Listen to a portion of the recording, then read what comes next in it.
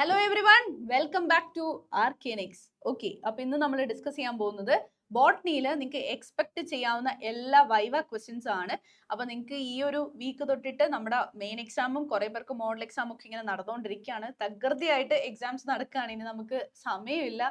ഈ model exam പ്രാക്ടിക്കൽസിന്റെ മെയിനും മോഡലും ഒക്കെ കഴിഞ്ഞ് അപ്പൊ തന്നെ നമുക്ക് വരും അടുത്ത മോഡൽ എക്സാം അല്ലേ. അത് കഴിഞ്ഞ് പിന്നെ നമ്മുടെ മെയിൻ ബോർഡ് എക്സാം വരും. സോ ഒട്ടും സമയമില്ല കളയാൻ. അപ്പൊ അതുപോലെ സമയം കളയാതെ തന്നെ ഫസ്റ്റ് ക്വസ്റ്റിനിലേക്ക് പോവാണ്.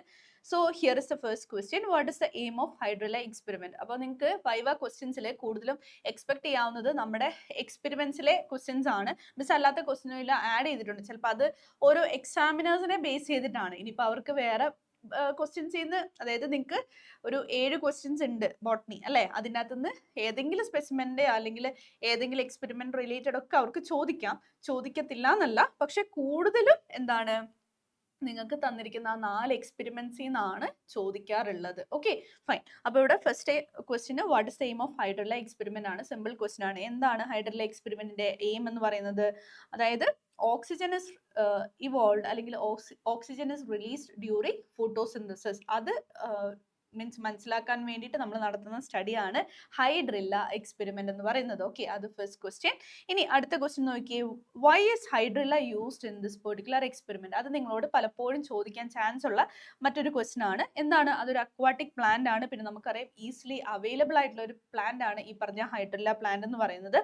പിന്നെ ഈ ഹൈഡ്രില്ല പ്ലാന്റ് പെട്ടെന്ന് തന്നെ മീൻസ് വെയിലത്ത് വെക്കുവാണെങ്കിൽ, കുറച്ച് നേരം ഒരു ലൈറ്റിൽ വെക്കുവാണെങ്കിൽ പെട്ടെന്ന് തന്നെ ആ ഓക്സിജൻ ബബിൾസ് റിലീസ് ചെയ്യാൻ തുടങ്ങും. അത് നമുക്ക് ക്ലിയർ ആയിട്ട് വിസിബിൾ ആയിരിക്കും. ഓക്കെ, നന്നായിട്ട് വിസിബിൾ ആയിട്ട് നമുക്ക് കാണാൻ പറ്റും. അപ്പൊ അത് പെട്ടെന്ന് ഈ ഒരു പ്രോസസ്സ് നടക്കുന്നതുകൊണ്ടൊക്കെയാണ് നമ്മൾ അതുകൊണ്ടാണ് ഈ പറഞ്ഞ ഹൈഡ്രില്ല പ്ലാന്റ് നമ്മൾ ഈ ഒരു എക്സ്പെരിമെന്റിൽ യൂസ് ചെയ്യുന്നത്. കേട്ടോ? ഓക്കെ, അത് നിങ്ങളോട് പലപ്പോഴും ചോദിക്കാറുണ്ട് കേട്ടോ ആ ക്വസ്റ്റ്യൻ. ഇനി what is the aim of paper chromatography? എന്താണ്? To separate different pigments present in a plant extract using this particular paper chromatography. അപ്പോൾ എന്തിനു വേണ്ടിയിട്ടാണ് നമ്മുടെ പ്ലാന്റ്സിൽ കാണപ്പെടുന്ന ഡിഫറെന്റ് പിഗ്മെന്റ്സ് സെപ്പറേറ്റ് ചെയ്യാൻ വേണ്ടിയിട്ടാണ് നമ്മൾ പേപ്പർ ക്രോമാറ്റോഗ്രഫി യൂസ് ചെയ്യുന്നത്. ഓക്കെ, ഇനി അടുത്ത ക്വസ്റ്റ്യൻ ഡിഫൈൻ ക്രോമാറ്റോഗ്രഫി ആണ്. അതൊക്കെ ചാൻസ് കുറവാണ് ചോദിക്കാൻ, എന്നാലും നിങ്ങളൊന്ന് അറിഞ്ഞിരിക്കുക. So chromatography is a technique used to separate components of a mixture based on the differential movement between a stationary phase and a mobile phase. Okay, അതാണ് നമ്മുടെ ക്രോമാറ്റോഗ്രഫി എന്ന് പറയുന്നത്. 2 ഫേസസ് ഉണ്ടാവും. അതിൻ്റെ ഇടയിൽ ഈ പെർട്ടിക്കുലർ എക്സ്ട്രാക്റ്റിലുള്ള കോമ്പോണൻസ് എന്താണ് മൂവ് ചെയ്യുന്ന ആ ഒരു ഡിഫറൻസ് ഉണ്ടാവും. ചിലത് ഒത്തിരി മുകളിലേക്ക് പോകും, ചിലത് വളരെ കുറച്ചായിരിക്കും പോവുക. അതിന്റെ ബേസിസിൽ നമുക്ക് അതിനെ ആ കോമ്പോണൻസിനെ സെപ്പറേറ്റ് ചെയ്തെടുക്കാം. അതിനെയാണ് നമ്മൾ ക്രോമാറ്റോഗ്രഫി എന്ന് പറയുന്നത്. ക്രോമാറ്റോഗ്രഫി നമ്മുടെ ഇതിൽ മാത്രമല്ല പല എക്സ്പെരിമെന്റ്സിലും നമ്മൾ യൂസ് ചെയ്യാറുണ്ട്. കേട്ടോ? ഓക്കെ, ഇനി അടുത്ത ക്വസ്റ്റ്യൻ ആണ് name the pigment separated in leaf extract. Okay, leaf എക്സ്ട്രാക്റ്റിലാണെങ്കിൽ നമ്മൾ പേപ്പർ ക്രോമാറ്റോഗ്രഫി യൂസ് ചെയ്ത് സെപ്പറേറ്റ് ചെയ്യുമ്പോൾ ഏതൊക്കെ കോമ്പോണൻസ് ആണ് നമുക്ക് കാണാൻ പറ്റുന്നതെന്നാണ് ക്വസ്റ്റ്യൻ. അത് നിങ്ങളോട് ചോദിക്കാം. ഏതൊക്കെയാണ്? ഒന്ന് chlorophyll A, chlorophyll B, xanthophyll and carotene. Okay, ഇത്രയാണ് നമുക്ക് കാണാൻ പറ്റുന്ന പിഗ്മെന്റ്സ്. ഇനി അടുത്ത question, which pigment travels the maximum distance? നമ്മൾ പറഞ്ഞു ക്രോമാറ്റോഗ്രഫി എന്ന് പറഞ്ഞാൽ ആ മൂവ്മെന്റിന്റെ ബേസിസിലാണ് നമ്മൾ അതിനെ സെപ്പറേറ്റ് ചെയ്യുന്നത്. അപ്പൊ ഏതാണ് ഏറ്റവും കൂടുതൽ മാക്സിമം ഡിസ്റ്റൻസ് മൂവ് ചെയ്യുന്നത്? നമ്മുടെ കെരോട്ടീൻ ആണ്. ഏത് പിഗ്മെന്റ് ആണ്? കെരോട്ടീൻ ആണ്. ഓക്കെ, ഇനി why is acetone commonly used in paper chromatography? ഇതൊക്കെ നിങ്ങളോട് ചോദിക്കാൻ ചാൻസ് ഉള്ള ക്വസ്റ്റ്യൻ ആണ് കേട്ടോ. എന്തുകൊണ്ടാണ്? It extracts pigment effectively from leaves. അതായത് ഈ ഒരു എക്സ്ട്രാക്ഷൻ പ്രോസസ്സ് കുറച്ചുകൂടി ഈസിയർ ആക്കാൻ വേണ്ടിയിട്ടാണ് നമ്മൾ അസെറ്റോൺ യൂസ് ചെയ്യുന്നത്. ഓക്കെ, ഇനി which stain is used in study of stomata? അപ്പൊ അതിൽ യൂസ് ചെയ്യുന്ന സ്റ്റെയിൻ ഏതാണ്? Yes, that is safranin stain ആണ്. നമ്മൾ കോമൺലി യൂസ് ചെയ്യുന്ന സഫ്രാനിൻ തന്നെയാണ് ഇവിടെ നമ്മൾ യൂസ് ചെയ്യാറ്. Okay, what happens to the centromere in anaphase? അനാഫേസിൽ സെൻട്രോമിയറിന് എന്ത് സംഭവിക്കും? That just splits longitudinally. Okay, എന്താണ് സ്പ്ലിറ്റ് ചെയ്യുന്നത്? സെൻട്രോമിയർ സ്പ്ലിറ്റ് ചെയ്യാണ് ചെയ്യുന്നത് ലോങ്ങിറ്റ്യൂഡിനൽ. ഓക്കെ, ഇനി അടുത്ത ക്വസ്റ്റ്യൻ ആണ് why is onion root tip used for the study of mitosis? നമ്മൾ യൂഷ്വലി ഈ ഒരു സ്റ്റഡിക്ക് വേണ്ടിയിട്ട് യൂസ് ചെയ്യാറുള്ളത് ഓണിയന്റെ റൂട്ട് ടിപ്പ് ആണ്. അതെന്തുകൊണ്ടാണ്?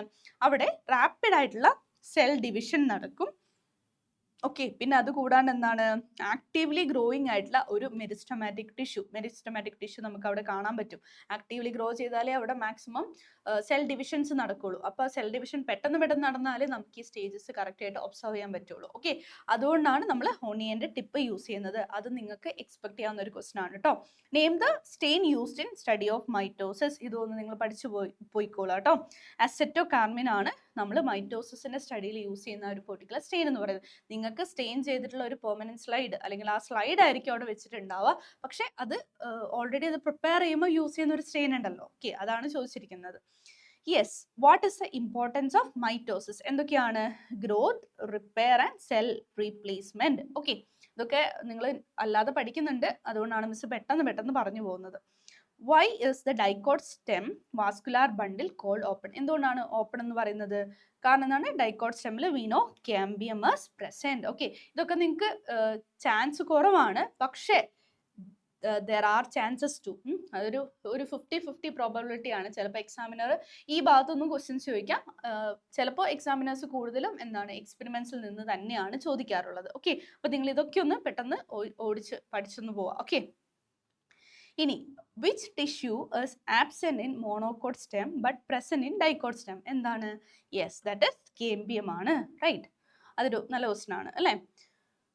Y is a dicot stem called endarch? എന്തുകൊണ്ടാണ് എൻഡാർക്ക് എന്ന് പറയുന്നത്? Because protoxylem is facing towards the centre, അതുകൊണ്ടാണ് നമ്മൾ എൻഡാർക്ക് എന്ന് പറയുന്നത്. ഇനി give any one difference between dicot stem and monocot stem ആണ്. എന്താണ്? ഡൈക്കോട്ട് സ്റ്റെം ആണെങ്കിൽ വാസ്കുലാർ ബണ്ടിൽസ് ഒരു റിംഗ് ആയിട്ടാണ് അറേഞ്ച് ചെയ്തിട്ടുണ്ടാവുക, കേമ്പിയം പ്രസന്റ് ആണ് അല്ലേ. മോണോകോട്ട് സ്റ്റെം ആണെങ്കിലോ നമുക്കറിയാം ഇത് സ്കാറ്റേർഡ് ആയിട്ടാണ് നമുക്ക് വാസ്കുലാർ ബണ്ടിൽസ് കാണാൻ പറ്റുന്നത്, കേമ്പിയം എന്താണ് ആബ്സെന്റ് ആണ്. ഓക്കെ, ഇനി അടുത്ത question, what is the function of casparian strips? എന്താണ്? Just to regulate selective absorption of water and minerals. And difference between dicot root and dicot stem. Dicot റൂട്ടും dicot stem തമ്മിലുള്ള difference എന്താണ്? Dicot റൂട്ടിലാണെങ്കിൽ നമുക്ക് radial vascular bundles ആണ് കാണുന്നത്, dicot stem ആണെങ്കിൽ conjoint vascular bundles ആണ് കാണുന്നത്. പിന്നെ ഡൈക്കോട്ട് റൂട്ടിൽ എക്സാർക്ക് സൈലമാണ്, അതേസമയത്ത് ഡൈക്കോട്ട് സ്റ്റെമ്മിൽ എൻഡാർക്ക് സൈലമാണ്. ഇതുപോലത്തെ ക്വസ്റ്റ്യൻസ് നിങ്ങൾക്ക് എക്സ്പെക്ട് ചെയ്യാം കേട്ടോ. ഇനി ഗീവ് ടു എക്സാമ്പിൾസ് ഓഫ് സൊളാനേസിയം. ഏതൊക്കെയാണ്? പൊട്ടേറ്റോ ആൻഡ് ടൊമാറ്റോ ആണ്. അത് കൂടാതെ നിങ്ങൾക്ക് ഓർത്തിരിക്കാം, അതായത് ബ്രിഞ്ചാൾ, ചില്ലി, ഡെറ്റ്യൂറ, ഇതൊക്കെ ഏതിൽ വരുന്നതാണ്? സൊളാനേസിയയിൽ വരുന്നതാണ്. Okay, and give one key feature of family Solanaceae. എന്നാണ് അവരുടെ കീ ഫീച്ചർ എന്ന് പറയുന്നത്? Gamopetalous corolla with epipetalous stamens. അത് നിങ്ങൾ പറഞ്ഞാൽ മതി ഒരു കീ ഫീച്ചർ ആയിട്ട്. ഓക്കെ, ഇനി how many lobes are present in a typical anther? നമുക്കറിയാം 2 ലോബ്സ് ആണ്, ഡൈത്തീക്കസ് ആണ്. Okay, yes. Next question, name the tissue layers of anther wall. ഇതൊക്കെ നിങ്ങൾക്ക് വേണമെങ്കിൽ ചോദിക്കാവുന്ന ക്വസ്റ്റ്യൻസ് ആണ് കേട്ടോ. ഏതൊക്കെയാണ്? Epidermis, എൻഡോത്തീക്കം, middle layers and tapetum. ഇനി അടുത്തത്, which layer helps in dehiscence of anther? What is that? Endothecium. Okay, and what is the function of tapetum? നമുക്ക് അറിയാവുന്നതാണ്. What is that? It provides nourishment to the developing pollen grains. Okay, and here is the next question, what is microsporogenesis? Formation of microspores from microspore mother cells by meiosis is known as microsporogenesis. Then which strain is commonly used for CS of anther? ആ ഒരു particular slide prepare ചെയ്യാൻ നമ്മൾ use ചെയ്യുന്ന strain ഏതാണ്? Again it is safranin. Yes, what happens to tapetum after pollen development? എന്ത് സംഭവിക്കും? അത് degenerate ചെയ്യും. Why is the yeast fermentation experiment conducted in airtight condition? So this is very important ട്ടോ. എന്തിനു വേണ്ടിയിട്ടാണ്? ഓക്സിജൻ കടക്കാതിരിക്കാൻ വേണ്ടിയിട്ടാണ്. എന്തിനാണ്? To ensure the absence of oxygen. This question is again important. What happens if oxygen is present? ഇതിൽ ഓക്സിജന്റെ presence ഉണ്ടെങ്കിൽ എന്താണ് സംഭവിക്കുക? Yeast performs aerobic respiration but not fermentation. അപ്പൊ എന്താണ്? നമുക്ക് ഫെർമെന്റേഷൻ ആണ് അവിടെ വേണ്ടത്, പക്ഷെ ഓക്സിജന്റെ പ്രസൻസ് ഉണ്ടെങ്കിൽ ഈസ്റ്റ് അവിടെ എയറോബിക് റെസ്പിറേഷൻ ആണ് അണ്ടർഗോ ചെയ്യുന്നത്. ഫെർമെന്റേഷൻ പ്രോസസ് അവിടെ നടക്കില്ല, അനറോബിക് റെസ്പിറേഷൻ അവിടെ നടക്കില്ല. റൈറ്റ്, അതുകൊണ്ടാണ് ഓക്സിജൻ അവോയ്ഡ് ചെയ്തിട്ട് നമ്മൾ എയർ ടൈറ്റ് കണ്ടെയ്നേഴ്സിൽ ഈ ഒരു പെർട്ടിക്കുലർ എക്സ്പെരിമെന്റ് നടത്തുന്നത്. What is the economic importance of east fermentation? ഇത് നിങ്ങൾക്ക് എക്സ്പെക്ട് ചെയ്യാവുന്ന ക്വസ്റ്റൻ ആണ് കേട്ടോ. ആൽക്കഹോൾ പ്രൊഡക്ഷൻ ആണ്, then brewing industry and bakery industry. Okay, these are very simple ones, but still you can expect this particular question. What is the byproduct of fermentation? എന്താണ്? Carbon dye oxide ആണ് by product എന്ന് പറയുന്നത്. Okay, so ഇതൊക്കെയാണ് നിങ്ങൾക്ക് expect ചെയ്യാൻ chance ഉള്ള questions ബോട്ടണിയിലുള്ളത്. ഇതുപോലെ എല്ലാ ക്വസ്റ്റ്യൻസും നിങ്ങളൊന്ന് പെട്ടെന്ന് റിവൈസ് ചെയ്ത് പോവുക. എല്ലാ സബ്ജക്റ്റിലും ഇതുപോലെ ക്വസ്റ്റ്യൻസ് ഉണ്ടാവും. അതൊക്കെ നിങ്ങളൊന്ന് പഠിച്ചിട്ട് പോവുക. നമ്മുടെ ചെയ്യുന്ന കാര്യങ്ങൾ മാത്രമല്ല, അതുകൂടാണ്ട് വൈവയ്ക്കും നമുക്ക് ആ ഒരു 1 മാർക്ക് കളയാതെ തന്നെ സ്കോർ ചെയ്യാൻ ശ്രദ്ധിക്കണം. ഓക്കെ, സോ അത് ക്ലിയർ ആണെന്ന് വിചാരിക്കുന്നു. അപ്പോൾ എല്ലാവരും എക്സാം ഒക്കെ തകർത്തെഴുതുക, ഫുൾ മാർക്ക് തന്നെ സ്കോർ ചെയ്യുക. So all the very best. Thank you. Bye bye. Will meet again. Okay.